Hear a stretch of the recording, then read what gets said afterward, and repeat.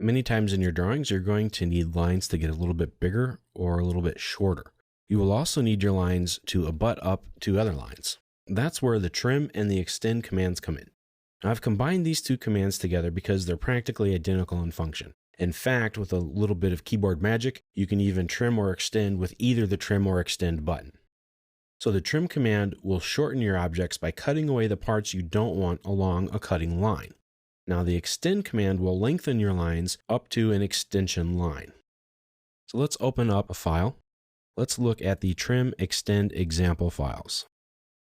Here I have just a series of different lines to kind of demonstrate to you how these are going to function.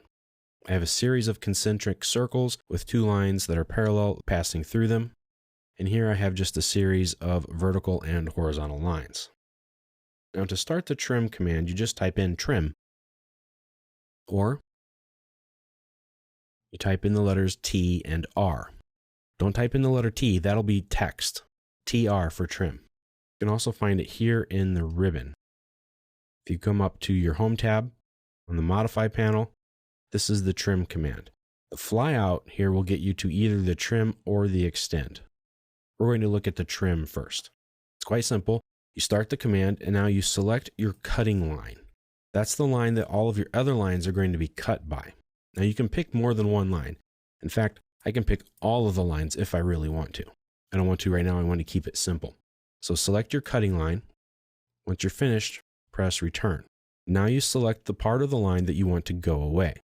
Now it's going to go away wherever it starts from up to the point where it touches that line. So this part here is going to go away. When I move my mouse over, you get a little bit of a preview. You see the red X, that means it's going to delete it or close it or get rid of it. And it kind of grayed out. If I come down to the bottom, same sort of thing happens. So if I select it, then I've trimmed my line. And you can trim multiple lines. You don't have to trim just one line and use the trim command for every one little line.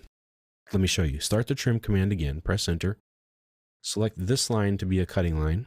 Press the enter button again. And I can pick all of these. I can pick them one at a time, or I can use a crossing selection window. And that's the trim command. Now there are a few tricks that you can use with the trim command. First, I'm going to select my cutting line options. I'm going to select multiple lines here. In fact, I'm going to select all of these. Press return. And now you have different options here. You have your fence or your crossing options. So if I pick my fence, I can tell it to delete whatever passes through that line, and it trims just that part. Crossing works the same way. If I pick edge, I can extend or no extend. You can see here it's just going to pick the edge. On the extend option there, if you pick no, then the cutting edge line must pass through the objects that you want to trim. Now let's start the trim command again. I'm going to select this circle on the outside here as my trimming cutting line. Press return. Now let's say I want to trim some things I have and say, oh, wait a minute, I need this line to extend to the circle. Hold down the shift key, select the line, select the other line, and then it extends it.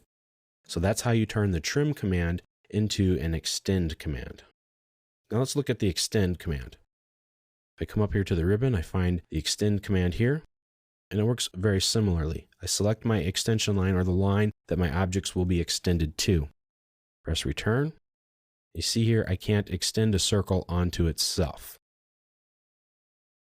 But what I can do is type in extend or EX for the command, and I can pick a line that's far away. I'm going to select that line, press enter, and then scroll back down here and pick on all of these lines. You can pick them again one at a time or with a selection set. This line I didn't pick. So you see it works very similarly to the trim command. And if I start the extend command again, select my circle. So now I've selected this for my extension line. And if I hold down the shift key and I highlight these lines, my extend command turns into a trim command. So you might be asking, why would I want to use an extend as a trim or a trim as an extend? Let me show you. We're going to erase those just to get them out of the way. I'm going to start the trim command.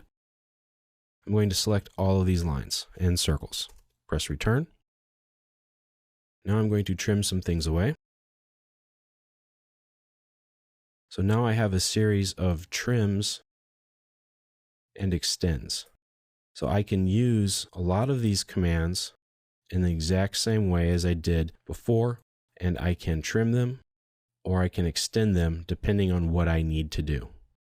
So you can make some very fancy things with just one command, and it saves time. So I'm able to extend and trim by manipulating the line work with relative line work in the same area, and I don't have to stop one command, and I can keep going back and forth. So it allows you also to trim away, say, no, I don't like that. I can extend it back to put it back, etc.